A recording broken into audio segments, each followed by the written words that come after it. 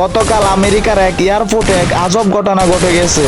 হ্যাঁ গাইস, আপনারা শুনলে অনেকেই অবাক হয়ে যাবেন। একটা মহিলা এয়ারপোর্টে এসেছেন একটা পাসপোর্ট নিয়ে।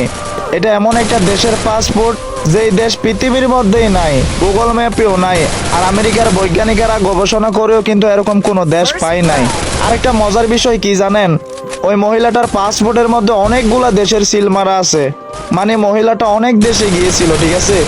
ওই মহিলাটা যেই দেশগুলোর মধ্যে গিয়েছিল সেই দেশগুলো নাকি পৃথিবীর মধ্যে নাই। মানে ভাই বিষয়টা বুঝতেছেন, ওনার পাসপোর্টে যেই দেশ লেখা আছে সেই দেশও পৃথিবীতে নাই।